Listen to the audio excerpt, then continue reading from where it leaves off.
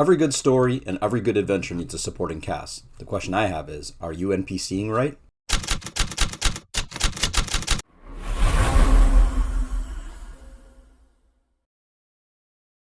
Supporting characters are the lifeblood of a D&D session. When creating adventures or running adventures, I always take careful note to pay attention to some of the characters that aren't center stage, whether that be villagers, whether that be quest givers, or even just run-of-the-mill vendors that the players encounter when they're in town.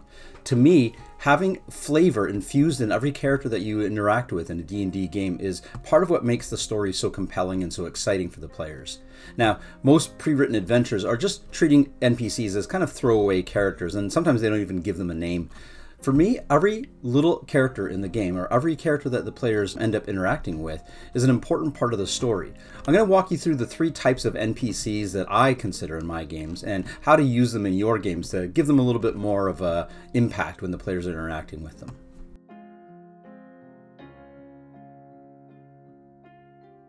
Your throwaway character is the character that the players are going to meet maybe once or twice.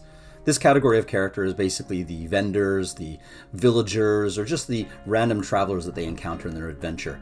To go along with the description, flesh out a tiny little bit of detail about them. Rather than just saying the villager, or the traveler, or the elf, or the halfling, try and fuse them with a little bit of personality, of course, and of course maybe a little bit of a background.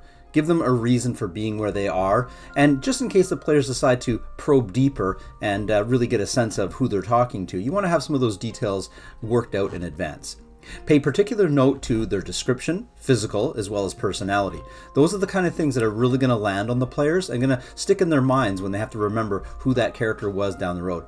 Who knows, maybe a throwaway NPC will turn into a main cast member down the road as well.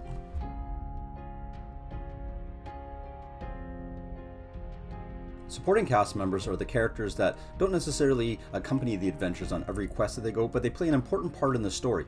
Sometimes a supporting cast member can actually be the quest giver itself. Examples of supporting cast members are Yoda from the original Star Wars trilogy, or even Elrond from the Fellowship of the Ring. Supporting characters are just as important as the characters as far as giving them life and breathing a sense of realism and importance in the story, but don't necessarily need to be fully fleshed out as far as details like character sheets and equipment and such like that. Just remember that supporting cast members are really going to frame the tone of the adventure that you're playing, and also give the players a sense of consistency as they move about the adventure, coming back to towns or different areas and meeting up with supporting cast members again and again and again.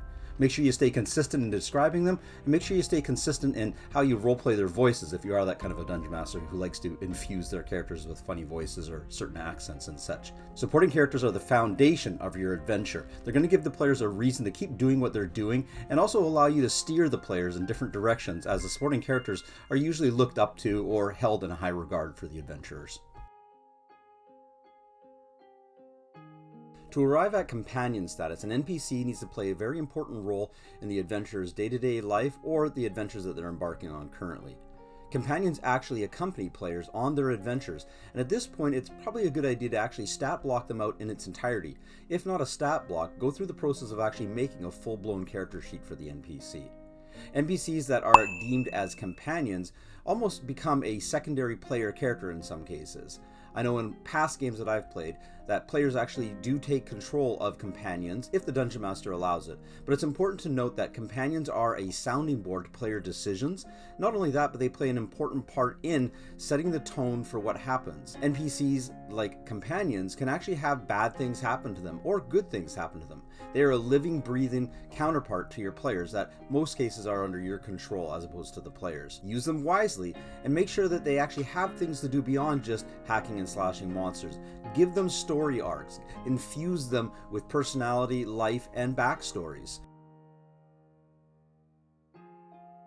Regardless of what type of NPC you're dealing with, whether that be a throwaway character, supporting character, or companion, make sure that you give them a name. It seems like a small detail, but by giving a character a name, it makes sure that your player actually has a connection of some sort to that NPC, whether it be long-term or short-term. I found that by naming my NPCs, it gives the players a little bit more connection to them. And of course, connection to your NPCs means connection to your story. I hope you're all having fun playing Dungeons & Dragons out there, and we'll talk to you soon. before you go, I need your help. I'm trying to grow the exposure of what we do here at Maverick Games. My goal is to actually bring information to parents and students for fun, academics, and even support of neurodivergency. Please subscribe and make sure you click on those notifications. I don't do paid ads or sponsorships. I hope that you can find content here that's enjoyable for yourself and maybe others. Thank you very much, and thanks for tuning in.